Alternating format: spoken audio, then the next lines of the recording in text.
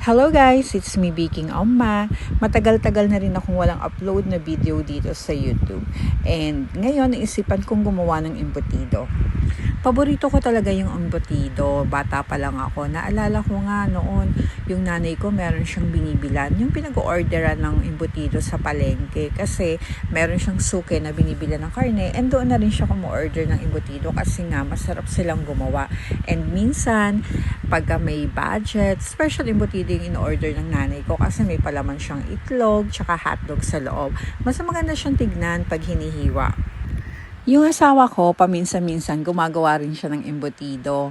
Pero, this time, naisip ko ako naman ang gagawa. Kaya nag-search ako sa TikTok nung mga gumagawa ng embutido. And mayroon talaga akong nakitang isa na parang gusto ko talaga siyang gayahin. Napaka-colorful nung gawa niya. Pero siguro lahat naman talaga ganon.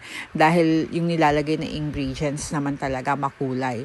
And parang napaka-simple lang kasi ng pagkakagawa niya tsaka pagkaka-explain niya. Kaya ayun, ginaya ko siya. Nilagyan ko lang ng carrots, pickles, bell pepper, breadcrumbs, mga ganon. Syempre nilagyan ko rin niya ng magic sarap, cheese, and yung karne, hindi ko alam kung gaano ba karami yung nabili ko. Basta lahat ng giniling, nilagay ko na lahat and dinagdagan ko na lang nung mga ingredients na kailangang ilagay. Parang 3 or 4 na itlog nga yung nilagay ko dyan, dinagdagan ko pa kasi nga parang kulang dahil sa sobrang dami ng karne. Hindi naman kasi talaga ako magaling magluto. So, kumbaga parang tansya-tansya lang yung mga nilagay kong ingredients. And ayan, habang nanonood si Jaden, sabi ko sa kanya, tulungan niya na muna ako, videohan niya yung ginagawa ko. Kaya ayan, sobrang gulo at sobrang galaw. Hindi naka-focus yung camera kasi nga nanonood siya ng TV. Ang hirap utusan. Pero nabidyohan naman kahit papano. So ayan, tansya-tansya lang yung paglalagay kaya merong medyo maliit or medyo manipis. Total pangkain lang naman namin, hindi naman kasi siya pangbenta.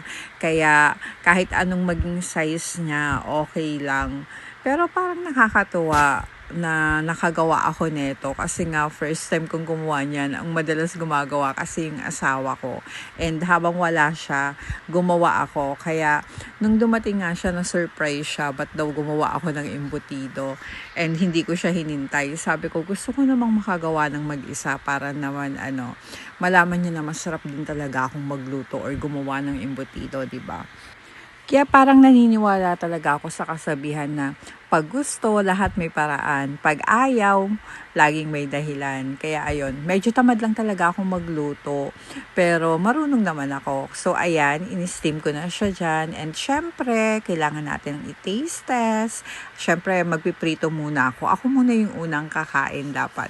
Para malaman ko kung masarap ba o hindi. Bago ko ipakain sa kanila. Para naman hindi mapintasan. Sa totoo lang, hindi kasi ako confident sa pagluluto. Lalo na yung nanay, tatay ko, magaling silang magluto. Pati yung asawa ko, pati yung mga hipag ko, magagaling lahat silang magluto.